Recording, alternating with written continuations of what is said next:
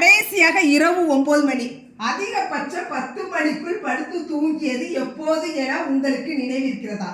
கடந்த 10 ஆண்டுகளில் நாம் தூங்க செல்லும் நேரத்தின் சராசரி அளவு தள்ளி போய்கொண்டே இருப்பதை கவனித்து இருக்கின்றீர்களா? இரவு 8 மணிக்கு உணவு முடித்து 9 மணிக்குள் உறங்கி போவோம். அது ஒரு காலம். 9 மணி தூக்கம் என்பது 10 மணியாகி நள்ளிரவாகி இப்போது அதிகாலை வரை வந்துவிட்டது.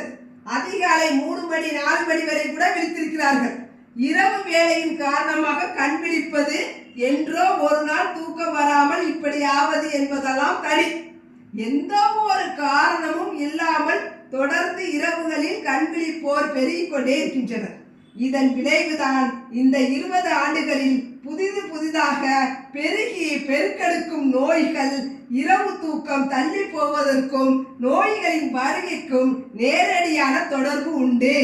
தவறான வாழ்வியல் முறைகளால் ஏற்படும் நோய்களின் எண்ணிக்கையும் வெகு வேகமாக அதிகரித்து கொண்டே வருகிறது.